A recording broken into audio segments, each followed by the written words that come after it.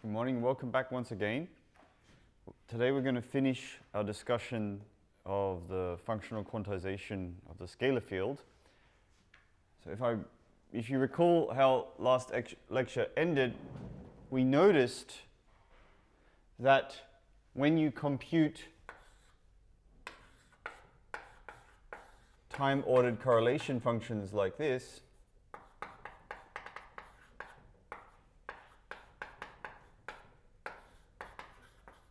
for the quantum scalar field,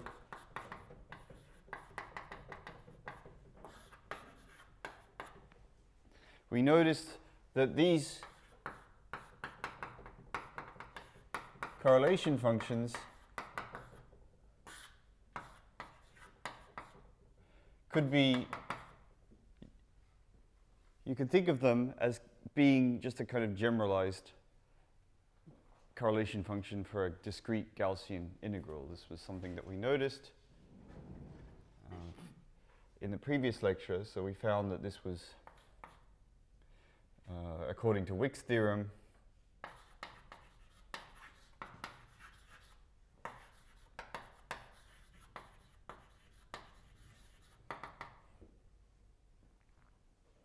and in particular the two-point function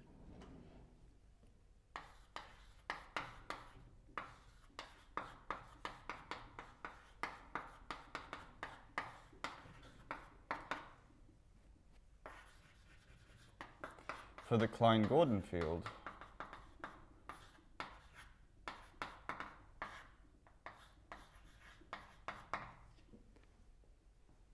had a very striking resemblance to how you calculate two-point functions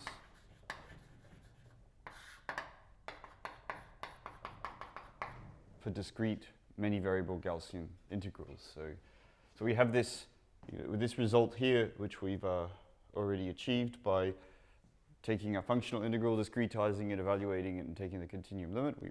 We're pretty satisfied with this one here, and indeed in the exercises you'll do the more general case according to this discretizing, evaluating, and taking the continuum limit recipe. But it turns out there's a much more elegant way, a supremely elegant way to get the same result without having to do the discretizing and so on. Now, it's important for you to, however, already to do this hard work so that you can then believe the continuum result. And so the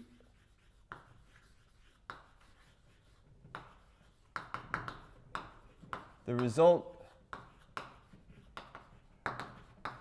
I want to show you today, the first part of this lecture, the result is a continuum analog of something you know very well from many variable Gaussian integrals.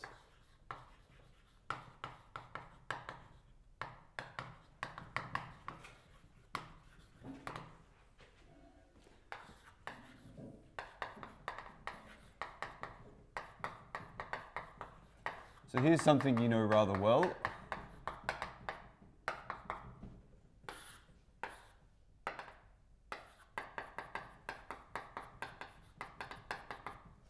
Okay, we proved this several lectures ago now. And remember in the end of the last lecture, I said the Klein-Gordon operator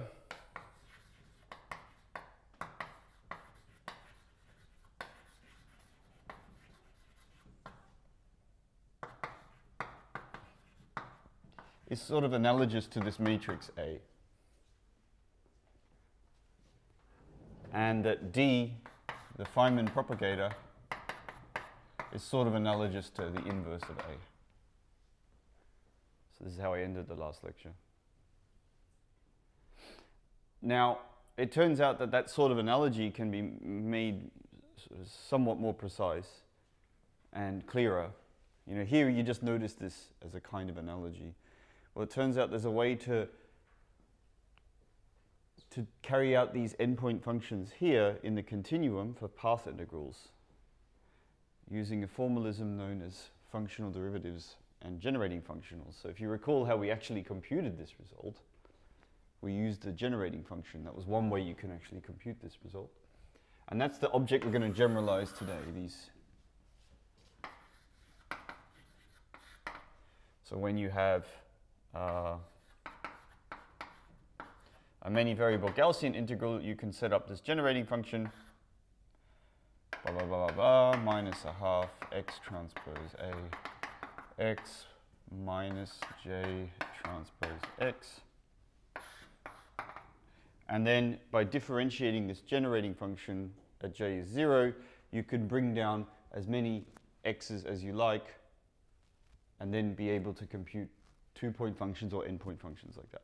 So this is the object we want to generalize. This was such a useful object in the many variable Gaussian integral case that if we can generalize it, then by all means let's try. And indeed we can, and I'll show you how to. And if you recall, the result you get for Gaussian integrals is this one here. I think there's a factor of a half there. Yo, a question? At a to the minus 1, thank you. Is there a factor of a half? I guess so, yeah. Yeah, I think there's a factor of a half. Good. So this is the object. This is like one of my favorite results for Gaussian integrals, that you can compute all these endpoint correlation functions by just differentiating this generating function. And if this analogy works out, then over here you might think, well, maybe there's a continuum version of this story. And indeed there is. So this is today's objective.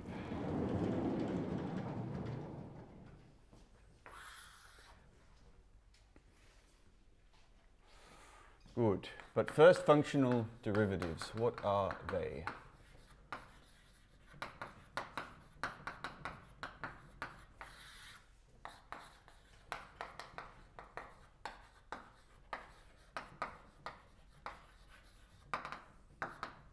I'm going to define these things by example. You can actually make most of this, what I'm about to say, completely rigorous with functional derivatives. It belongs to the calculus of variations, and it's something that you've probably seen several times before. And I'm not going to spend too much time dancing around the rigorous parts of this theory. We only need just some basic calculational tools, and then I just leave it to you to research how to make it all concrete and well-defined. That's your job. So here we define, if you like, the functional derivative by the following equation.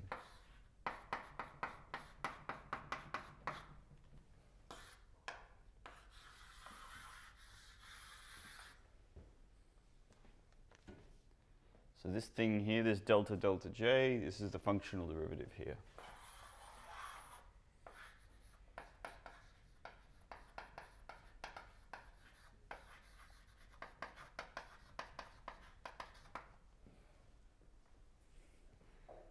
So we introduce this thing eats a function and hands you back, well, maybe not a function, a generalized function.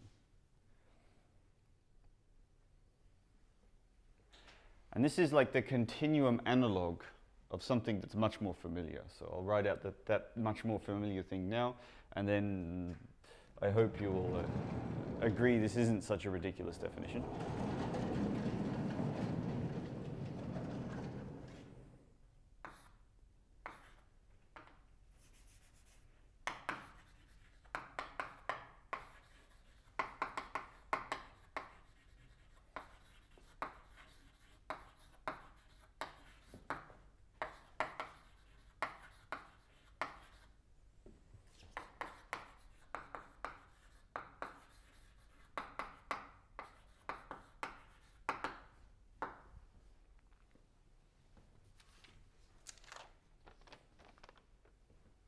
So if you discretize j of x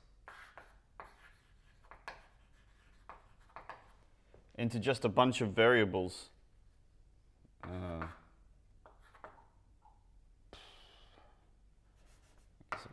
go with k. So we can always discretize a function of a continuous function into just a list of numbers. into a list of numbers. So the picture that you should always keep in mind here is that you have this, here's j, and then when you discretize j of x, then you just, what do you get? Well, you get a list of numbers. This is x1, this is x2, this is x3, blah, blah, blah. So discretizing a function just gives you a list of independent variables, x1 through to x whatever, infinity.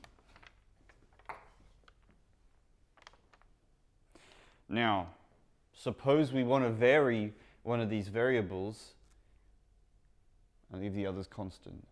Then that's differentiation. So you have some function of all these variables and you differentiate that function with respect to, say, x4. That's a perfectly well-defined operation in standard calculus.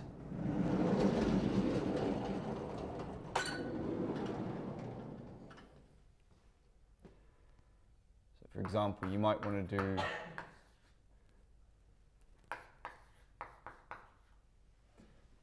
just note that, if you do a partial derivative with respect to one of these variables defining the discrete version of j, well, then we know what the answer is. If I differentiate the variable xj with respect to xk, then I just get either 1 or 0, depending on if I have a j equal to k or not.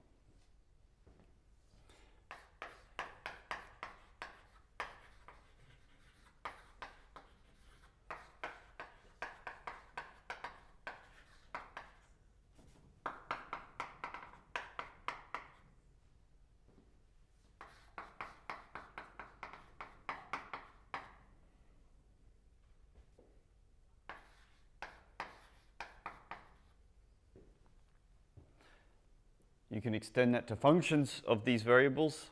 It's not too complicated. Many variable calculus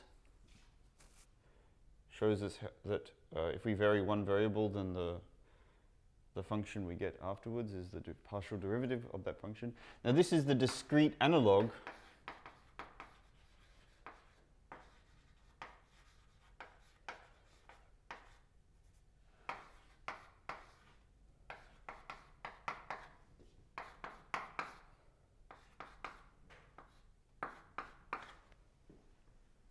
of that expression there. So, on one hand, on the left-hand side of a table, you could write down continuous, or why don't I write down that table?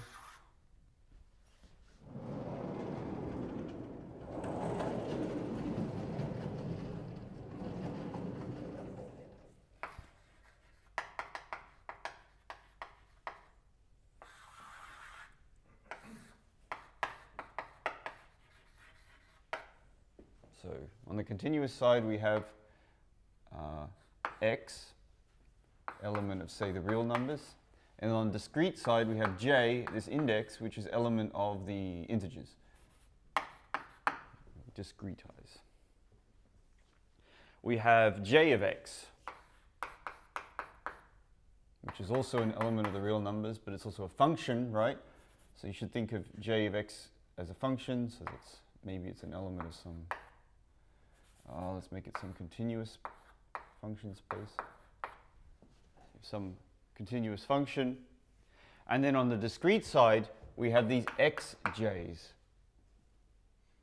X is perhaps an unfortunate choice here, but it's not that difficult to interpret what I mean here. Like I could have just said jj, right? I'm discretizing a function at site j. So I'll leave it at that. Trust that you can make the appropriate modifications in what I just said. And then you've got, what else can we have here? So yeah, we've got the functional derivative. This is the thing that I'm sort of currently defining. And you've got some function of function, f. And the discrete analog is just d j little j f of, well, x1, sorry, j1, j2, just some many variable function like that. So So this is nice one-to-one mapping between continuous concepts and discrete concepts. So this is, oh, this by the way is an element of some vector space, right? So it's the complex numbers. Or, yeah, I guess that's a slightly bogulating symbol. Let's just go with L2.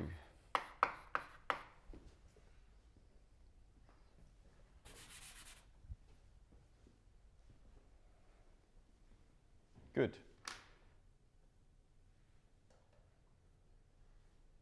Now we're doing all this because we're going to anticipate that we're going to be able to compute generating functions, and then we'll be able to compute correlation functions by differentiation. So we have to make a kind of continuous version of every piece of this identity here. So getting step one. But before I do that, I want to tell you a little bit more about how to work with functional derivatives. There's a couple of, what's the word? Issues to be aware of when working with functional derivatives.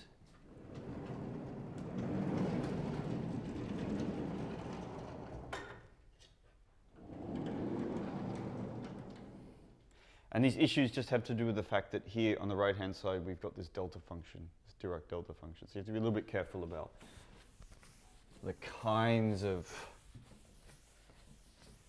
objects you're going to allow and how you work with them.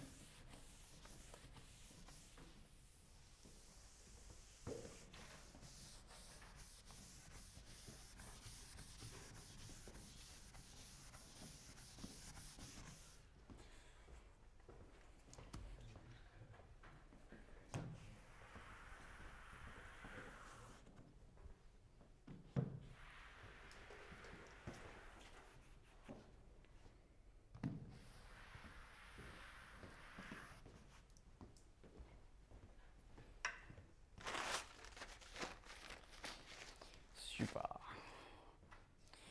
All right, so how do we work with functional derivatives in practice?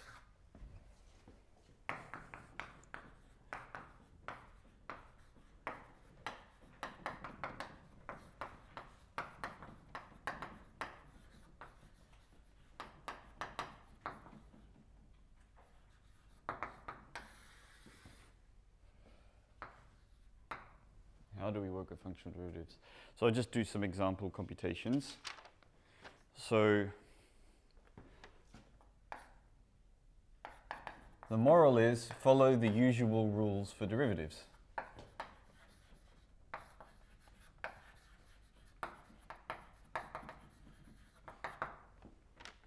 And if you consult the table we wrote that I erased, then you will see that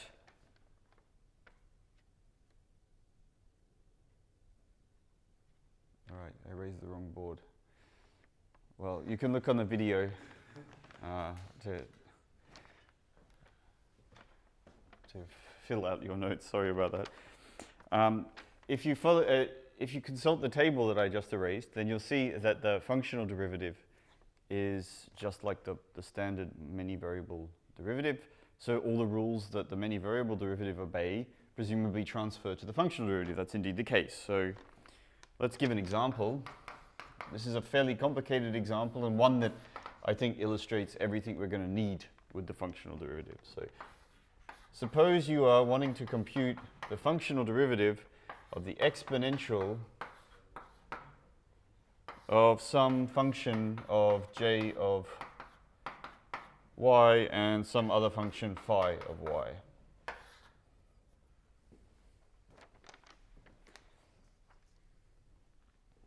What does this equal? So exponential. So let's just check that what we've got here on the right-hand side is something that the functional derivative can eat. So what we've got is the integral of a function and another function. That makes a number. So we have e to the I of some number that depends on a function j. That's something that this object can eat. So let's see what happens. So you just follow the rules for the normal derivative. Pretend that j is just a standard variable. Differentiate the exponential. So we know how to differentiate exponentials. And without I guess I'll do all the steps rather than just write out the answer. So the derivative of the exponential is the exponential, right? So that goes unchanged. Multiplied, so we use the chain rule as you normally would for a derivative. So we have this. And then we have an I out the front.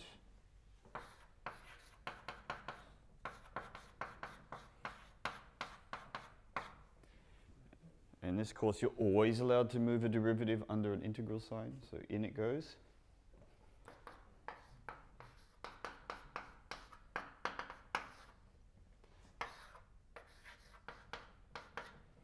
So the derivative, the functional derivative of j with respect to jx is a delta function, right? That's how it works.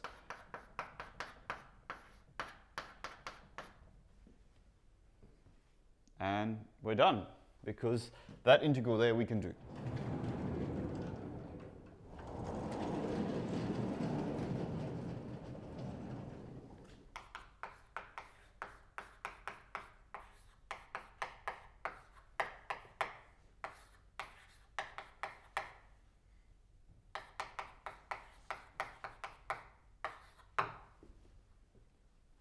So that computation is about as difficult as any computation we're ever going to need to do with functional derivatives. So they're only slightly more complicated than this. So I think that example is sufficient. But there's one subtlety, right? And that's to do with the fact that sometimes you're going to end up with derivatives of delta functions. So what to do with them? So I'll give another example, and then we're...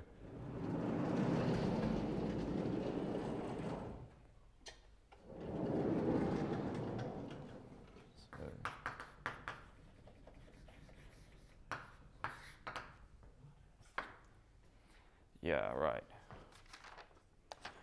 What do we do when we encounter a functional derivative of something with a derivative on it? So, for example, this is the kind of expression that can occur in practice.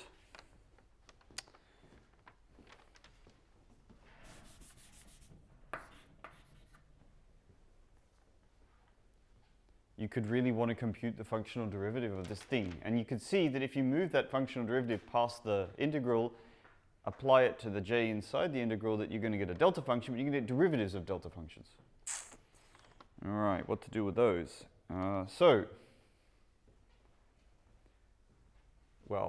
Argument one is that derivatives of delta functions are actually generalized functions, and there's nothing really wrong with that. We know how to deal with those. Another argument is what you always do with these things is you just integrate by parts first. So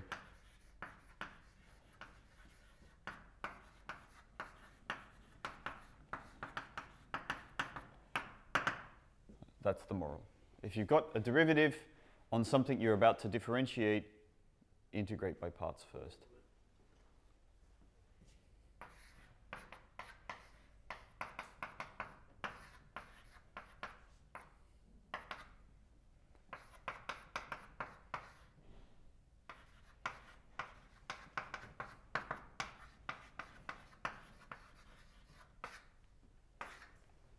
So if you integrate by parts, we get that's correct, but I'll put the minus sign here. You get minus the integral where the derivative is now on the other thing, and a boundary term which basically is always zero except in really fascinating and cool topological theories, which we won't have in this course. And then we can do the functional derivative as before, and we end up with this very nice expression plus, 0 usually.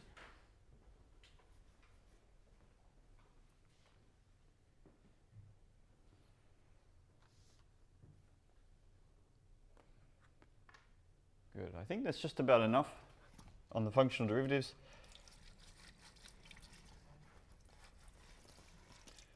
You can knock yourselves out with more complicated examples, but these two are about as difficult as we're ever going to need. Yep. Should be the argument and the b. Oh, should this? X. Yeah, the question is, should this be an x? And indeed, it should be an x. Otherwise, things don't make sense. Thank you. That is an x.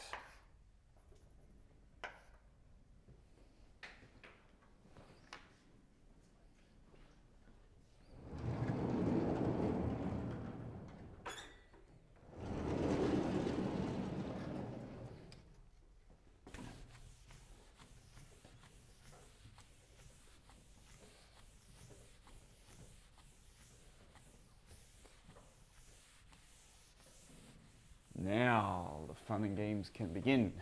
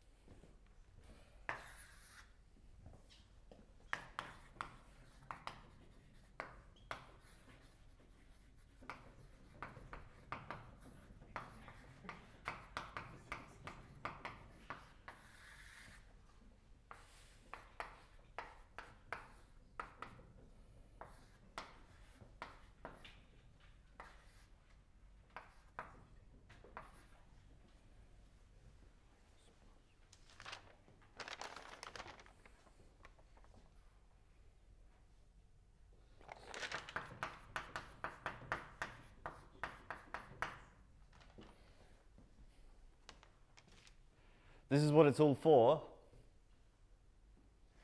All of this trouble we went to define these functional derivatives will pay off when we compute the following object.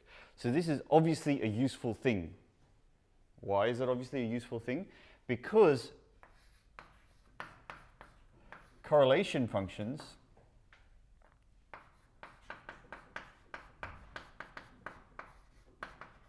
are directly related to derivatives of this object.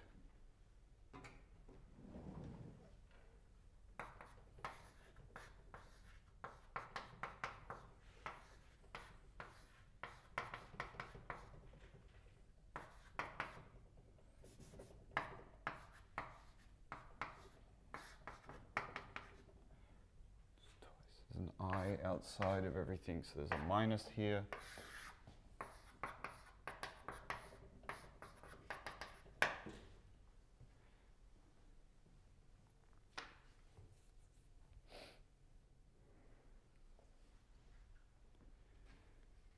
This is, ooh, and I forgot the limit.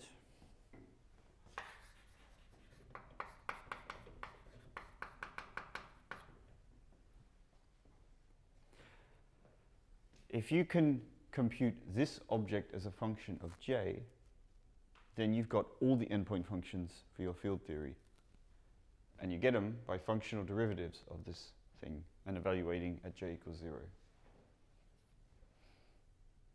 So that, you know, when you see an expression like that, and you know about many variable Gaussian integrals, you know, hope springs that maybe this is really an easy way to get at all the endpoint correlation functions. And you'd be right. You don't have to discretize, you don't have to evaluate, you just have to know the generating functional as a function of j. And once you've got it, then once and for all, you've solved your Gaussian theory, and you can use that then to work out interacting theories. So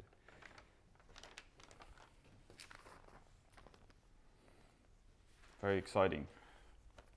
So, of course, you can't always evaluate this expression, especially for interacting theory. So when this action here is including nonlinear terms, then if you could evaluate z of j, you've solved the theory. I mean, that's as It's as much power as you could ever have. So it's too much to hope that you can actually evaluate this generating functional for arbitrary field theories.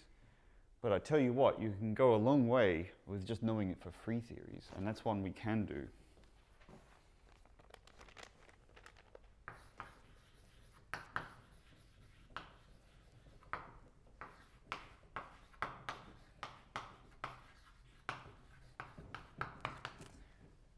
All right, for free theories, the action is quadratic. And that looks so much like a Gaussian integral, a generating function for a Gaussian, that it's just crying out to be solved. And we can do it. We're going to do this now.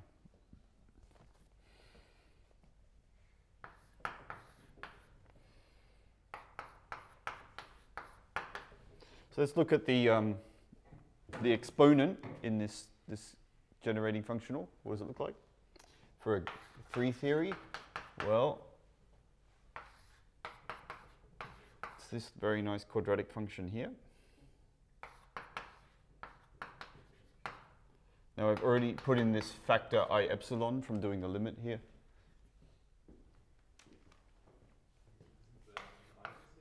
Isn't there an I missing? Yeah, there is an I missing, thank you. Yeah. And then, right, well, we have another term here, which is j x phi x.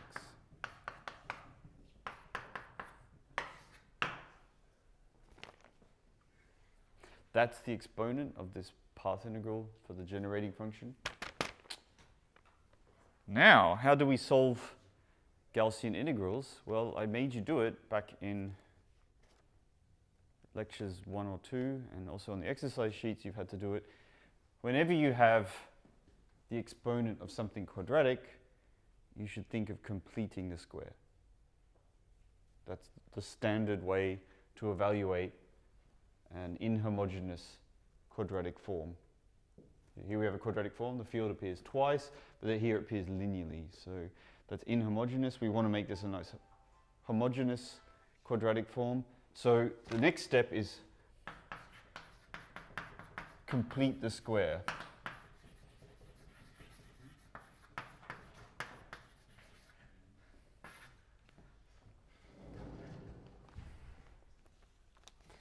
So we're going to define a new variable phi prime of x. It's just a shifted version of our variable phi of x, our function phi of x. Now, of course, I know the answer,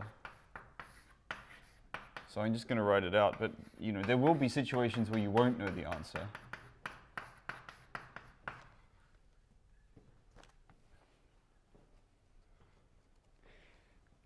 And I'll just show you how to guess the correct answer.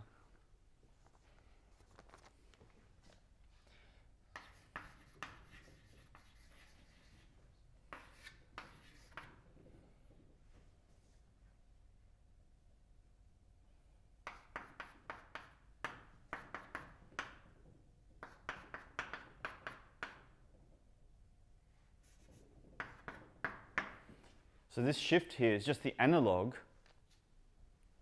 of, in the many variable Gaussian integral case, of taking your variables x and shifting them by the inverse of the matrix in the exponent.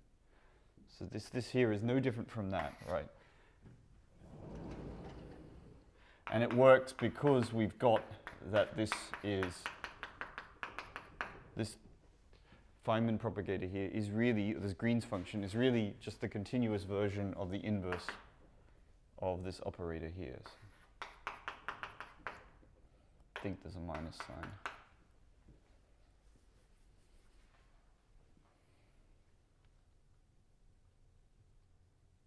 No, I didn't have a minus sign in here.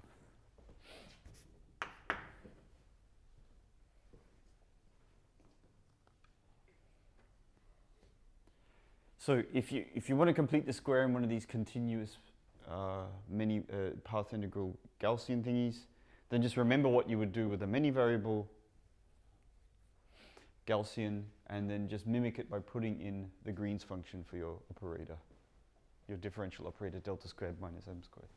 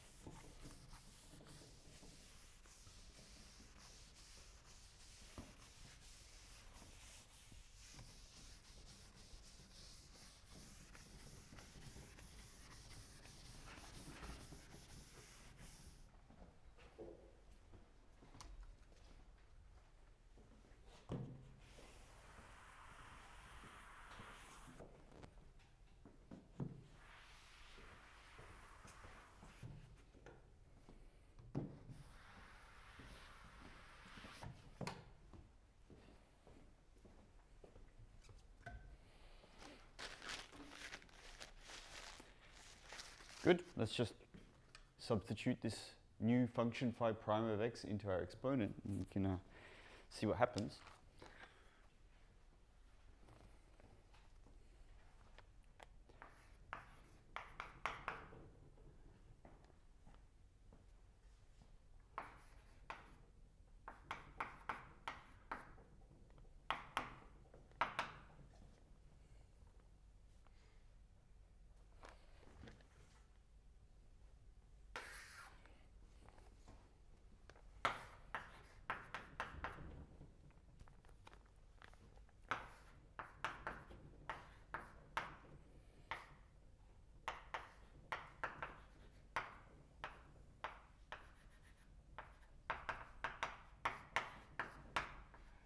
So we get 4 terms, right, when we substitute phi equals phi prime plus I d4y df blah, blah, blah. 4 terms. The first term is easy. That's what I've written just there. And then we get 2 other terms which do something nice.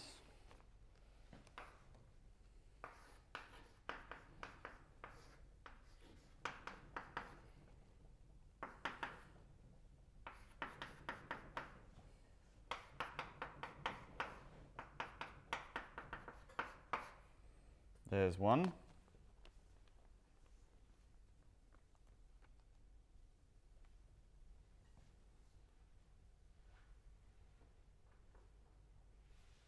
Oh yeah, right, I've just cancelled it. So 2 terms cancel and we're just left with the new quadratic form and the bit that you have to cancel off whenever you do a complete the square operation. Look at this. This is looking pretty good. I guess I've got to put a box there, a bracket there, and there's an I missing. But otherwise we're good. And then if we substitute that into our expression for the generating functional, well then we're really in business now. So, oh yeah, right. I should mention the Jacobian for this transformation. You know, we're changing variables in an integral at the end. You have to talk about Jacobians. Well, it's equal to 1 because it's just a shift.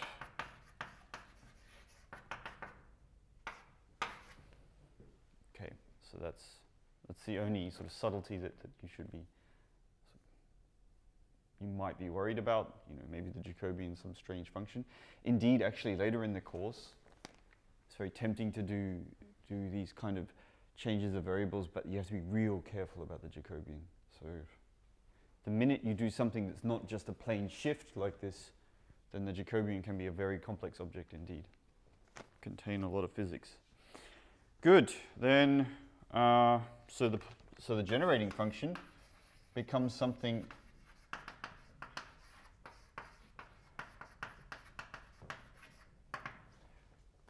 very nice indeed.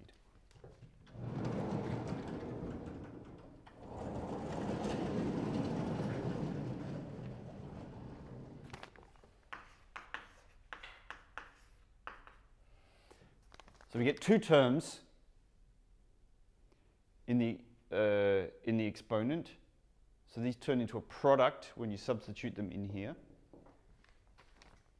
And one term is just a constant as far as the this integral here is concerned.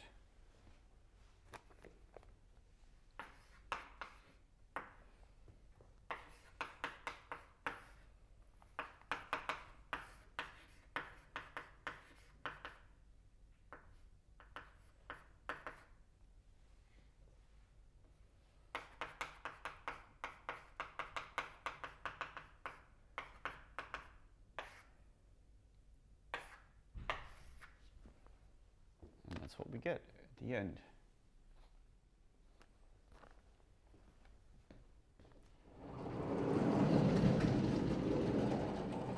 I have to name this Z0.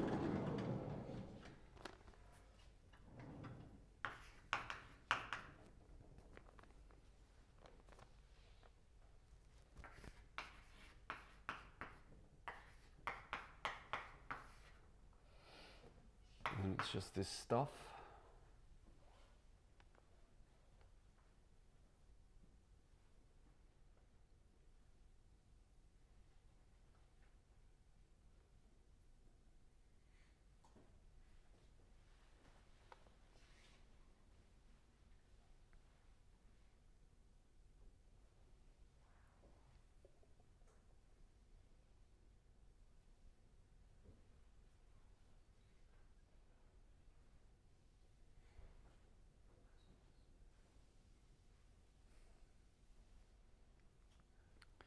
But there's a floating factor of I that I haven't accounted for here.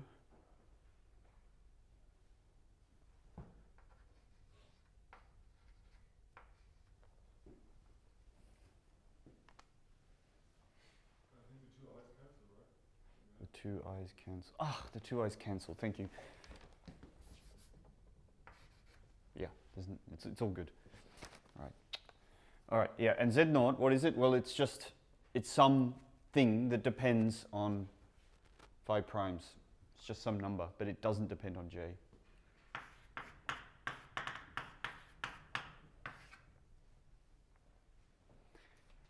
And of course, we never need Z0 when we do a calculation. Because we always divide by Z0, right? We always divide by Z of J evaluated at J equals 0. So that term there will cancel off always, this Z0, this rather distressing looking object here that could be infinite. Indeed it is, it's always infinite, this thing here.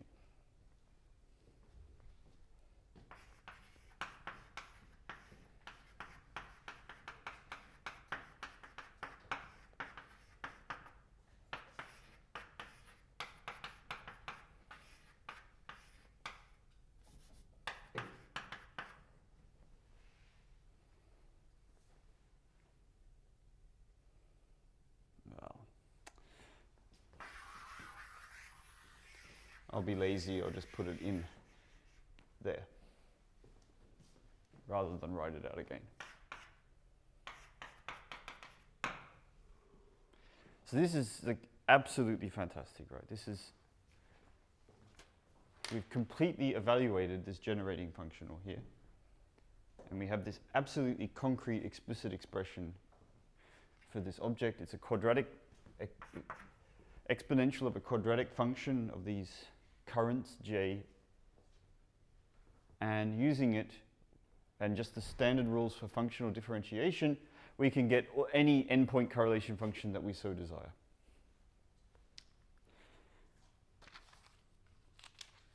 And yeah, okay. I'll actually do an example calculation of the 4-point function using this observation.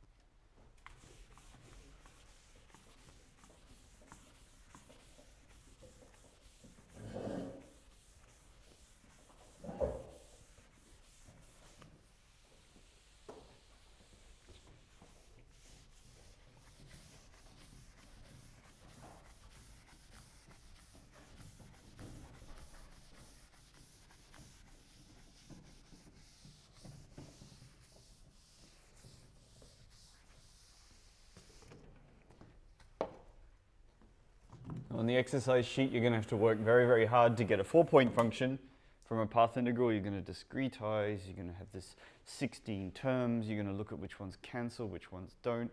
Keep track of all the edge cases, and eventually you'll get the right answer.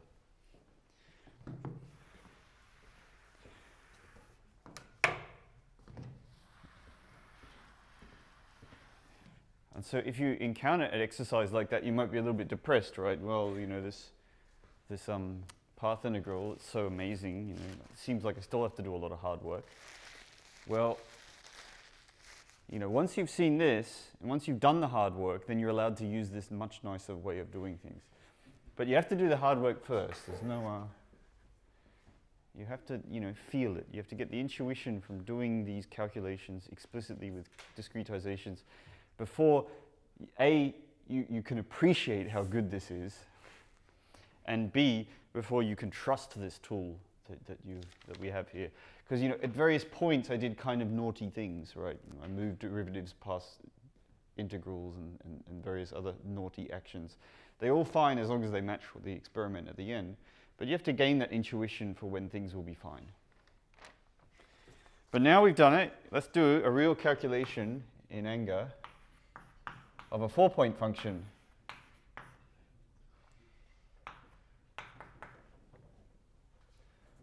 I'll just use a sort of simplified notation here. This is all for this Klein-Gordon theory. We're not doing interacting theories yet, although it's very straightforward to add in interactions now. So what are these phi 1 hats? Well, phi 1 hat just means phi evaluated at the point x1, and so on, just so that we don't have to write that stuff out all over.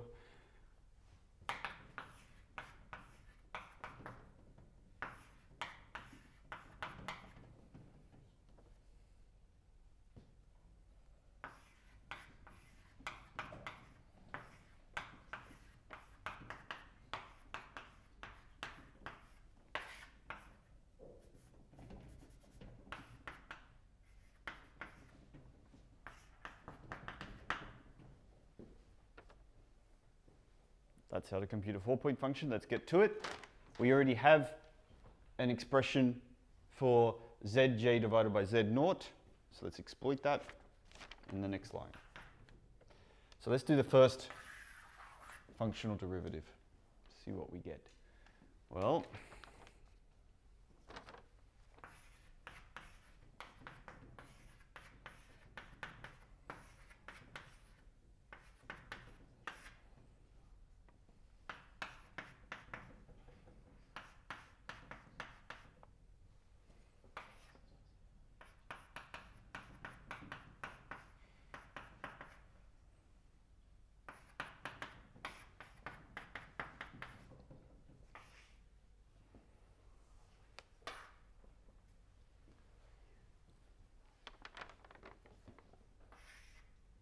okay, I'm starting to use a slightly simplified notation. I hope it doesn't need that much explaining.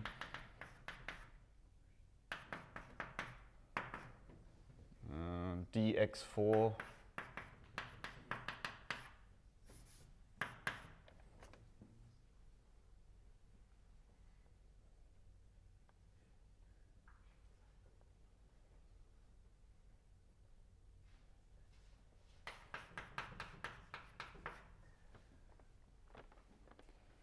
x minus x4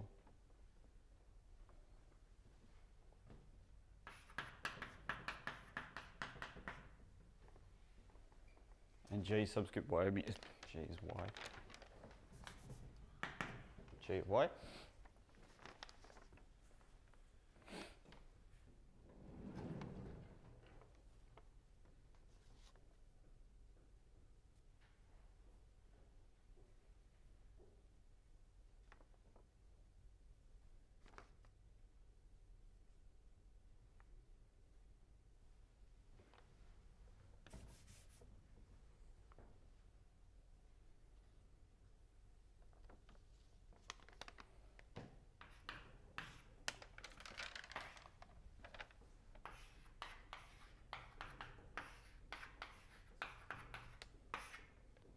Now we've got a functional derivative that can apply to this guy or to this guy. Oh, there's an integral here. That's what's weird.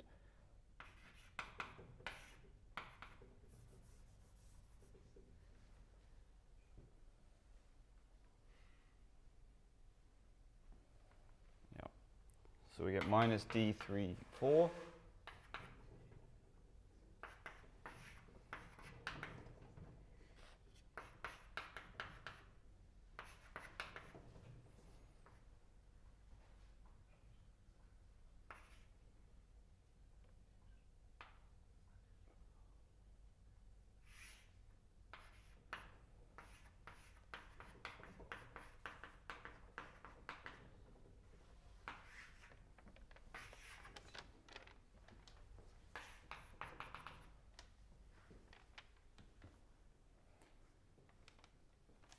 So the notation takes a little getting used to, but you'll see it as you work through it slowly. You know, all we're doing here at each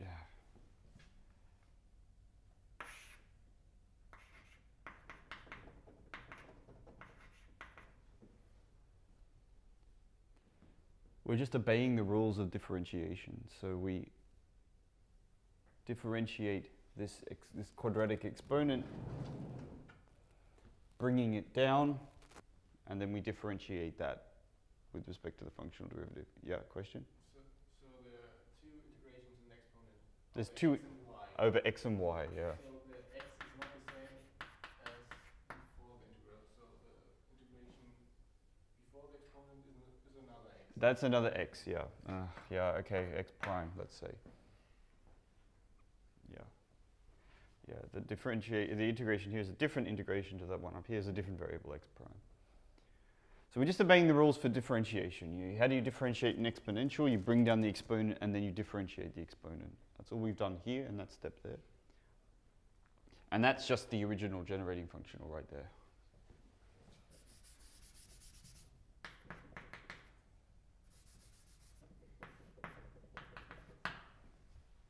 That was step 1. And then step 2, we carry out the second functional derivative where we've got to differentiate this guy and then this guy. So we get the derivative of this guy first, which is this. And then we get the derivative of this guy, which is, you know, this thing times by the exponent.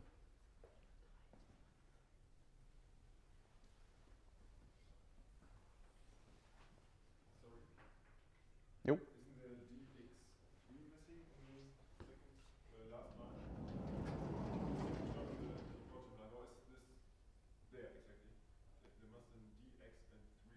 Dx and 3. No, there's a 3 here. So if you look at this, so let's look at this term here.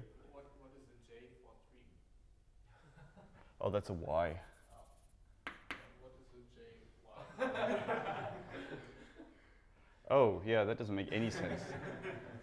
Oh, yeah. What have I done? Jy and then dy3. It's very possible it's a jy. And where's my notes? Maybe I need to rewrite that line. What have I got here? Yeah, there we go. Jx dx4 jy dy3. Okay, let's rewrite this.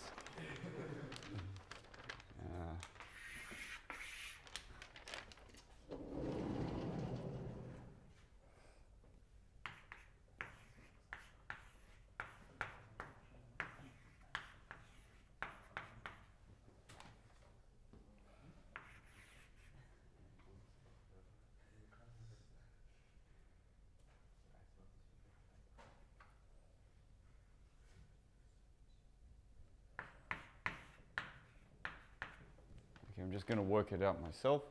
So the first term, when we functionally differentiate this thing here, we get a delta function there giving us a d3, 4. That part is good. Then when we functionally differentiate this guy, we just bring down another factor of that.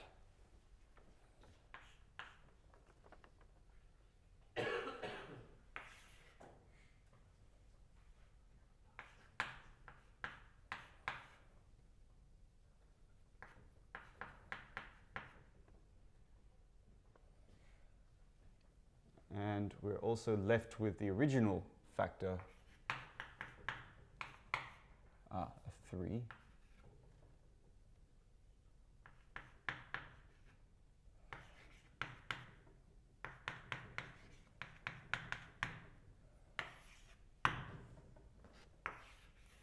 And this is all multiplied by our quadratic exponential of our quadratic guy, e minus a half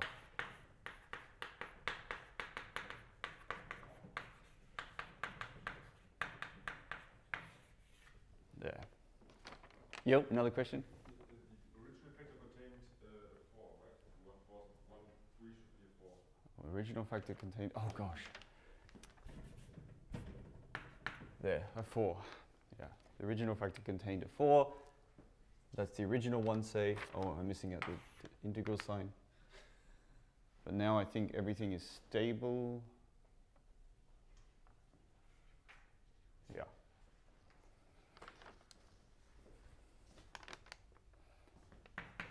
And now we can do this next derivative. So this thing here is now a constant as far as that derivative is concerned. So this guy just doesn't even see that. It only applies to this thing here, giving us 2 3s or 2 4s. Or it applies to the exponent and brings down another factor of this integral thingy here. Let's write that all out.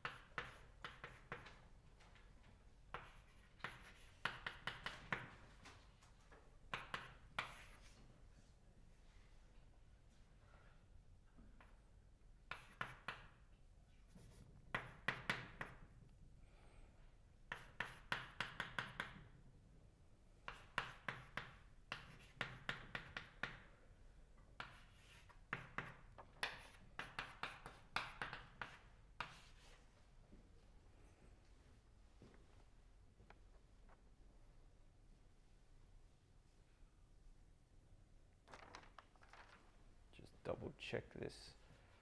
So, yeah, there's some minus factors I'm missing.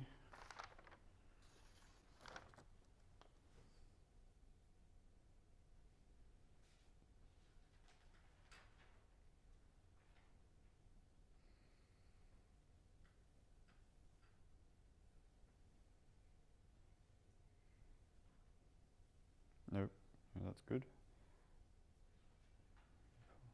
2.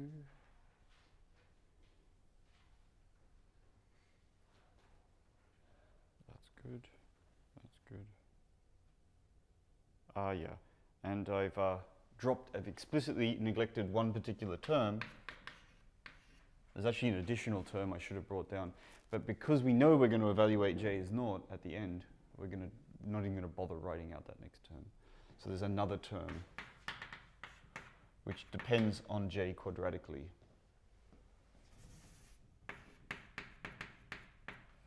But remember, we're going to evaluate at j is naught, so we don't bother writing out quadratic terms at this stage of the game.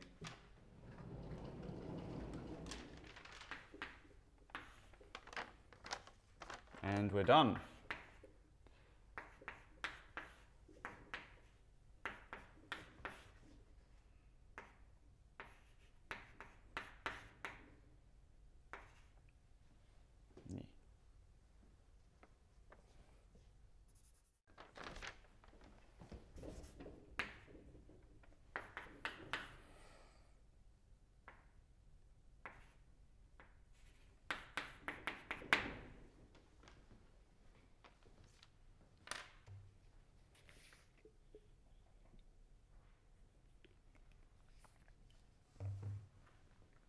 So here, this quadratic term can't possibly give us a contribution to the final result.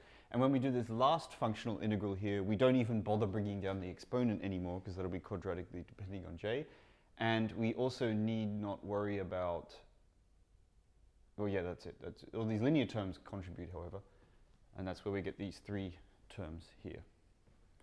Boom. So in sort of like one board, we get the 4-point function. So I'm pretty sure when you do your exercise, it'll take you a bit more space than that. You have to become a bit more comfortable with the notation, but you see how efficient this is as a tool for generating you lots of nice correlation functions. And I guess, yeah, okay, I'll say a comment about interactions, and then we're really finished, I think, with interacting scalar field theory with path integrals.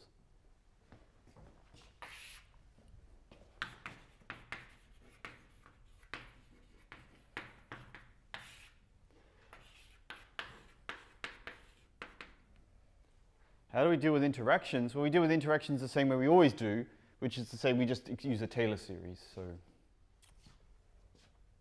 you know, we have to do this path integral here, I s naught plus I s int plus j phi.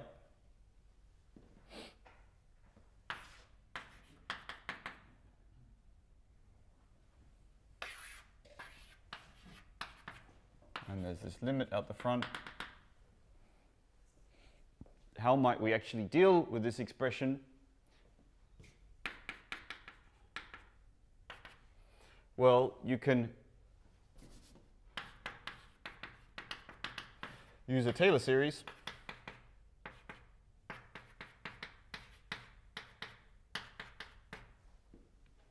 In powers of lambda.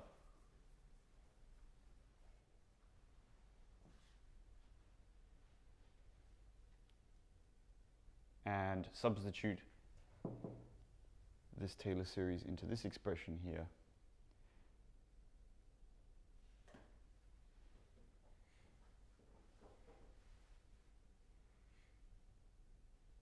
Sorry, there's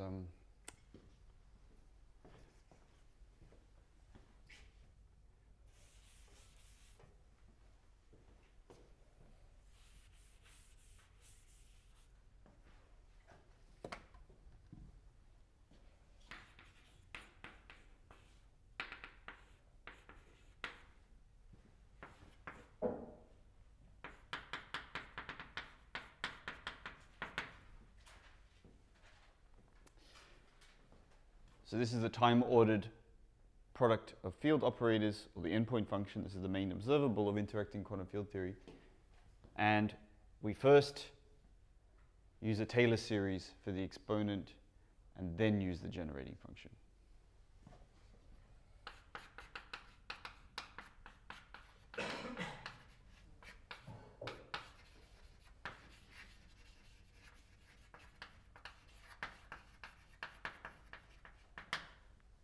I won't say anything more about it because in the end you end up with the same Feynman rules that you would get from canonical quantum field theory, canonical quantization. So the generating function is just an extremely elegant tool to extract out the endpoint correlation functions of free theories. When you get to interactions, it's not as useful.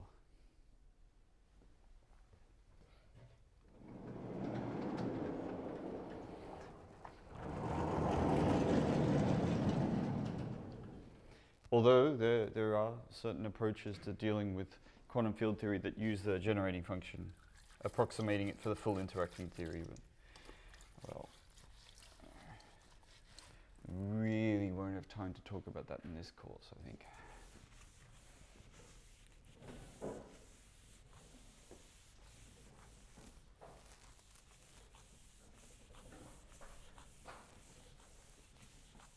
Okay. You've seen how wonderful and useful the path integral is for bosons, for scalar fields.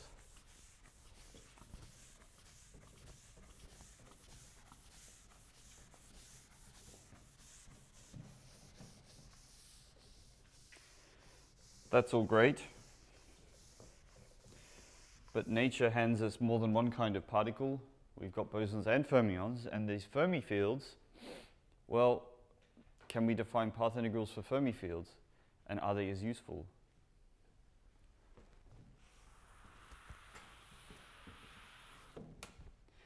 The answer is obviously yes.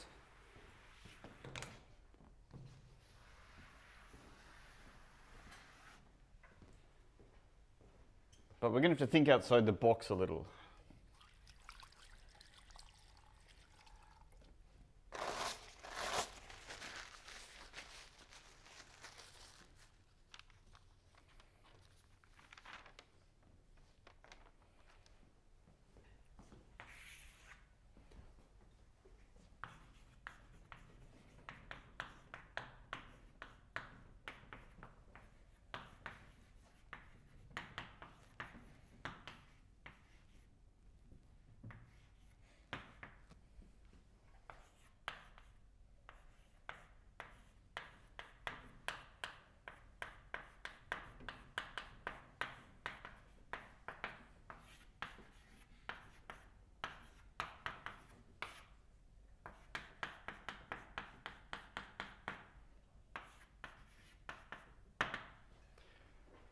What if psi is a Fermi field?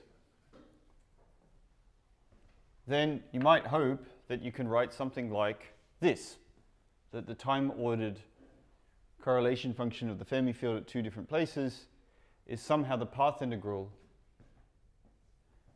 of something classical.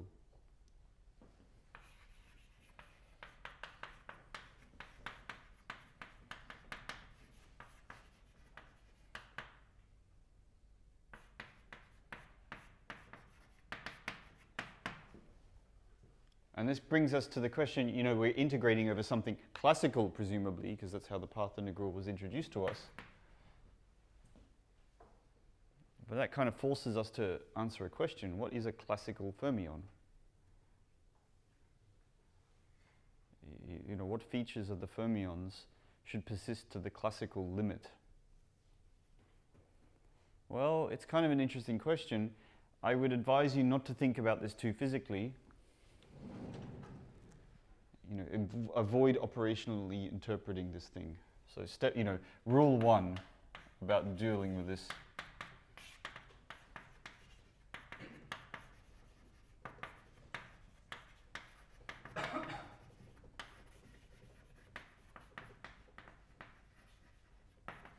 Don't think about it operationally. Because, in fact, the right-hand side is extraordinarily tricky to deal with operationally anyway. You're equating things in different categories altogether. Here you've got, on the left-hand side, you've got quantum observables with quantum theories. These are perfectly operationally well-defined. I can describe to you the experiment that will estimate this quantity. And on the right-hand side, we've got this object that is extremely questionable operationally, summing over all classical paths. You can go down the route of trying to interpret that as literally as you want. I don't advise it. Well, at least don't do it in Hanover. Instead, you should think of this path integral as kind of like the complex numbers. So, you know, a complex number is like a mathematical phantasm, right?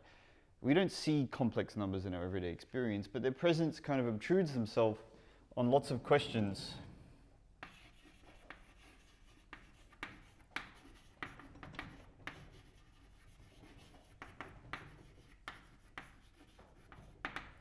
You know, if you want to solve the equation x squared equals minus 1, you know, what times what equals minus 1? It's a question you can ask. Well, you know, one answer is nothing. But the other is, you know, why don't we introduce something that is a solution to that equation? Work with it, and then as long as we ask questions that don't involve that thing, then that may be a useful device to take shortcuts mathematically. So you can do a lot of all of the equations of physics. You could just refuse to ever introduce the complex number I and work with real numbers. It's actually possible. It gets sort of successively more tedious when you get to quantum mechanics, but it is possible to simulate complex quantum mechanics with real quantum mechanics. And indeed, every question we ask about quantum mechanics doesn't have the answer I in it, right? You know, if I ask you what's the expectation value or you know, how many clicks per second do I get from this photon counter, then you know, I don't get the number I. So it's obviously it's something that's a useful shortcut in doing the derivations, but it doesn't exist at the beginning or the end points operationally. Now you should think about what we're going to define now as precisely in those terms. Don't think about it as something that exists as an object in the universe, right? You can't find a classical fermion field, just as you cannot find a classical field full stop. We live in a quantum universe, so classical fields already are questionable. So you should think of them as instead as this calculational shortcut that allows you to do cool tricks, just as complex numbers allow you to do cool tricks. You know, some integrals, they're a real pain to do, but if you use complex contour integrals, they're like whew, done in seconds. So this is exactly how you should think of the things I'm about to define.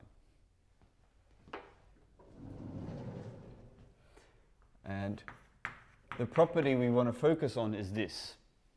We want to understand the exclusion principle for a classical thing.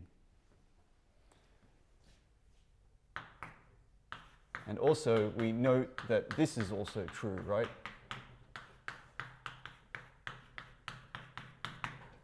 So we're going to build something, a classical object, that has these two properties, that if you square it, you get 0, and if you multiply it by another one of these guys, then it exchanges and gives you a minus sign. So this is the classical limit of a fermion.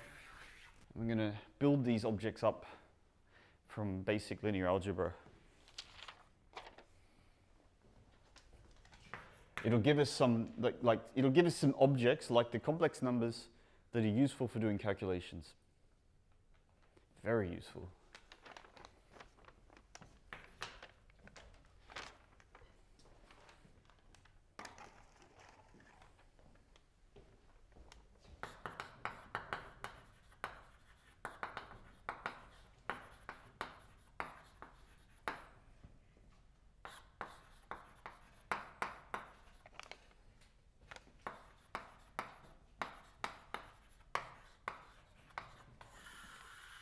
Okay, this brings us to the topic of anti-commuting numbers or Grassmann variables. So for now, forget that we're in a physics class. You've just entered into a linear algebra classroom, so you don't have to, I'm not going to attach operational meaning to anything I'm saying. We're just going to invent some mathematical objects and some rules that they obey.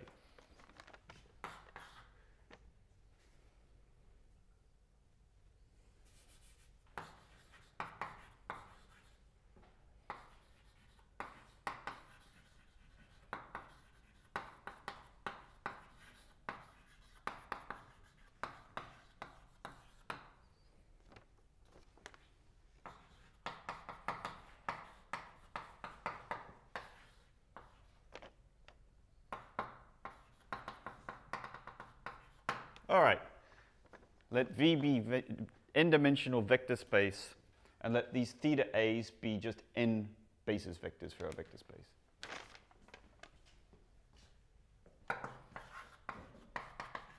That means that every element of our vector space is a linear combination of these guys.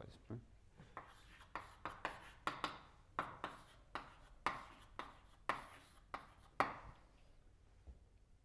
Good. I hope you remember your linear algebra. And what we're going to do is we're going to build a bigger vector space using V.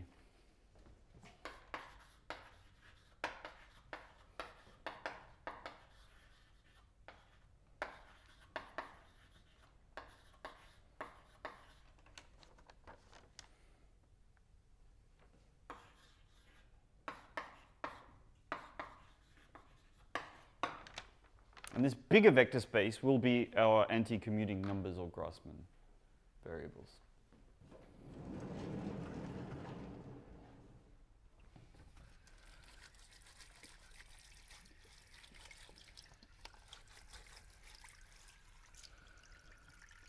And as many constructions in mathematics work this way, you know, you ask, what's the object that has the properties that I want, but no other properties. So the properties that I want is that I can take two of these elements theta and kind of multiply them. So I should have a way to multiply two elements, and this multiplication rule should obey the rule that if I multiply an element by itself I get 0, and if I multiply two different elements then they're equal to minus the product in the opposite order. So these are relations, those two things I wrote at the top of the board.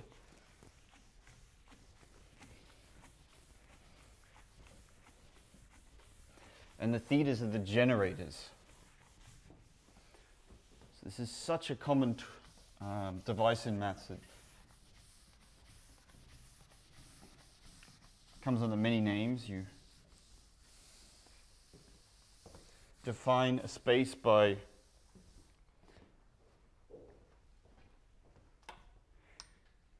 freely generating something by a bunch of relations. That's what we say in maths.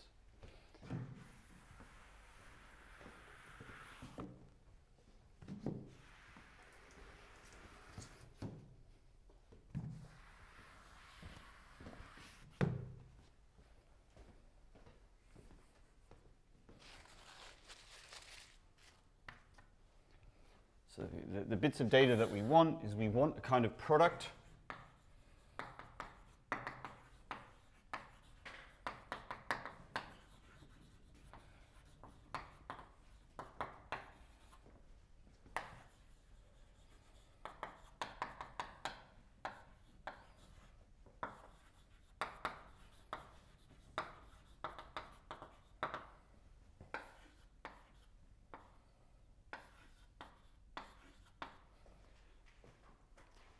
So we're going to build a space from these thetas by saying, well, first of all, we want to at least be able to multiply thetas. Remember, we have a vector space. There's no notion of multiplying two vectors. When you have a vector space, you have to introduce that as an extra structure. So we denote multiplication just by concatenation, right? You just add the symbols one after the other. And this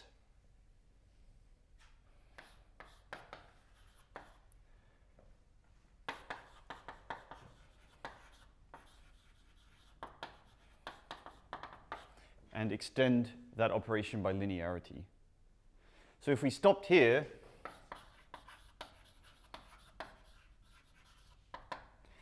we'd have a space, let's call it S of V.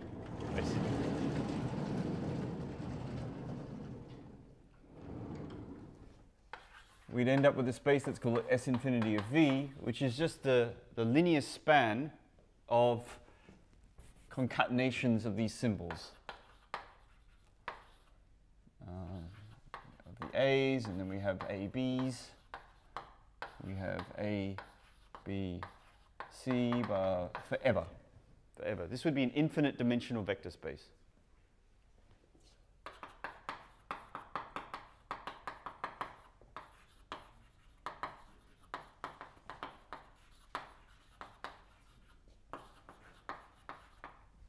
So if you just introduce a product operation on a vector space, you instantly end up with an infinite dimensional vector space.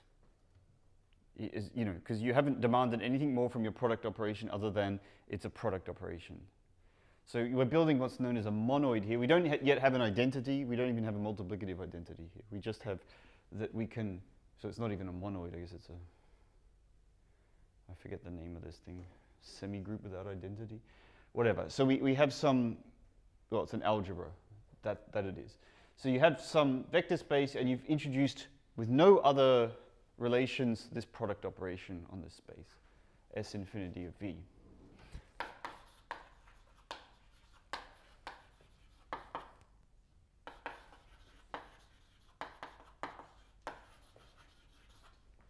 But we want this product to obey some relations. We have this prejudice that a classical fermion field should obey psi squared is 0 and it should anti-commute at different places. And those relations that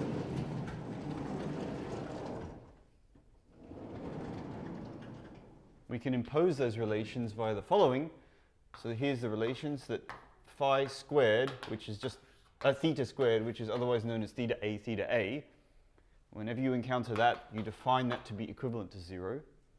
Or another way of saying that is that this equation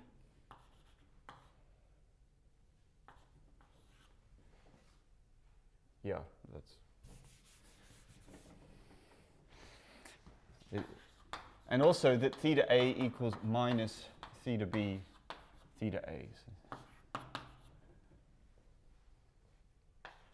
And another way of writing that equation is that theta A, theta B plus theta B, theta A equals 0. Yep? But doesn't the first one already follow from the second one? The first one already follows from the second one. That's absolutely right. For all, yeah, but it does if I say this, right? But actually, indeed, you're correct. There's no point in having written that down, but I write that down for emphasis. And if you take your infinite dimensional vector space that you defined here, and you impose these relations,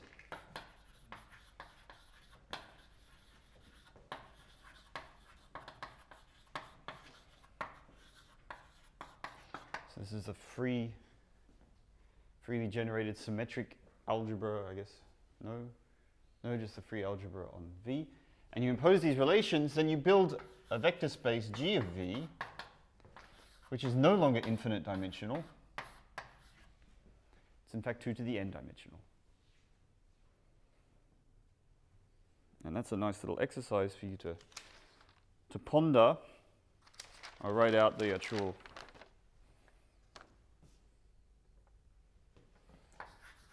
statement.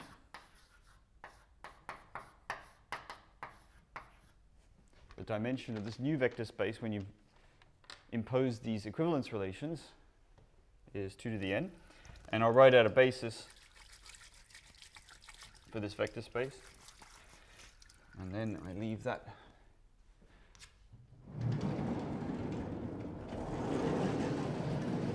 And then I'll leave you with the joyful task of checking that everything's well defined. And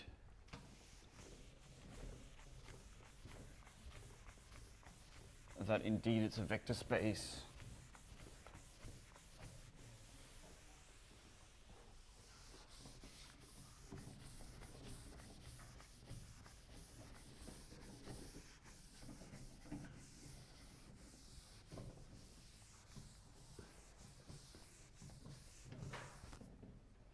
If you know about differential forms, this is exactly the space of differential forms.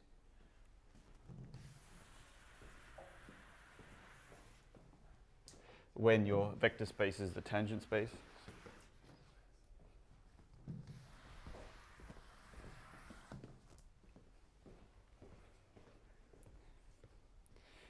Which is why people talk about differential forms as classical fermions. You'll see that occasionally.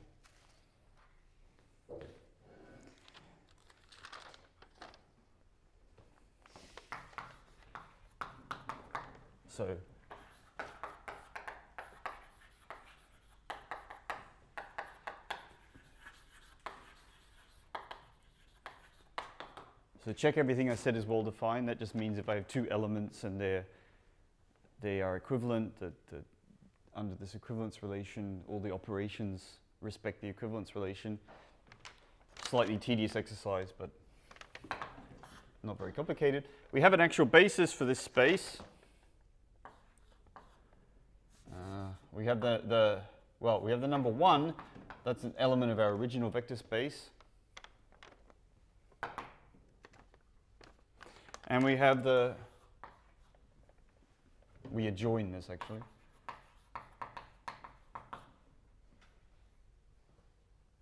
Sorry. We adjoin an identity element. We'll do that in a minute. But the basis that we actually get is phi a for a equals 1 to n. And then you get, theta a, theta b for a is less than b.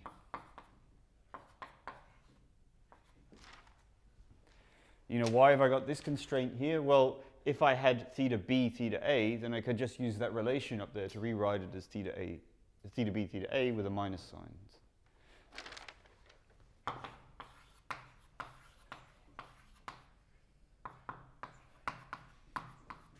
and so on, right?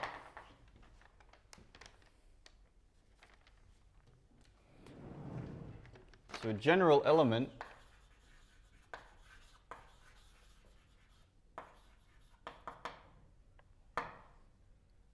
of our space, G of V,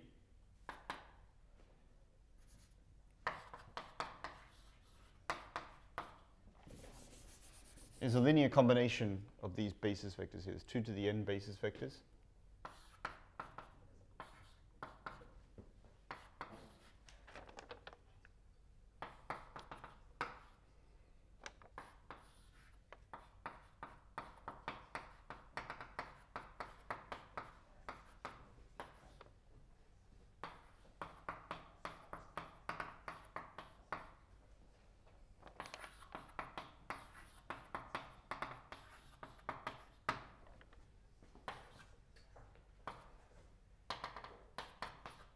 Where each of these alphas are some complex numbers.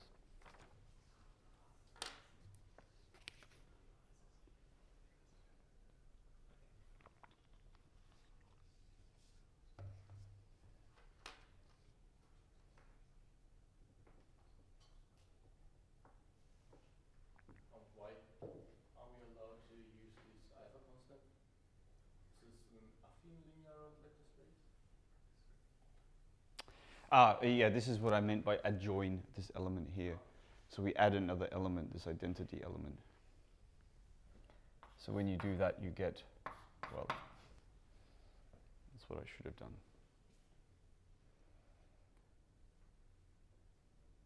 All right, so this is a complex vector space, and we have an explicit basis. So at the moment, I'll just stop. And this vector space is an algebra, meaning that you can multiply 2 things and get something. Like that multiplication operation works in this space. So at the moment, this is just some mathematical thing that I decided for crazy reasons to invent. In the coming lecture, next week, we're going to see how this crazy mathematical object will allow us to do calculations that look very much like the Gaussian integrals that we did for boson fields. But that, I think, is a story for another lecture. And so today I stop there. Thank you very much. Yeah, 2 questions, yes? I think you have to make this just less than and not equal or less. Oh, yeah, there's one bug here, yes. This is strictly less than, not less than equals.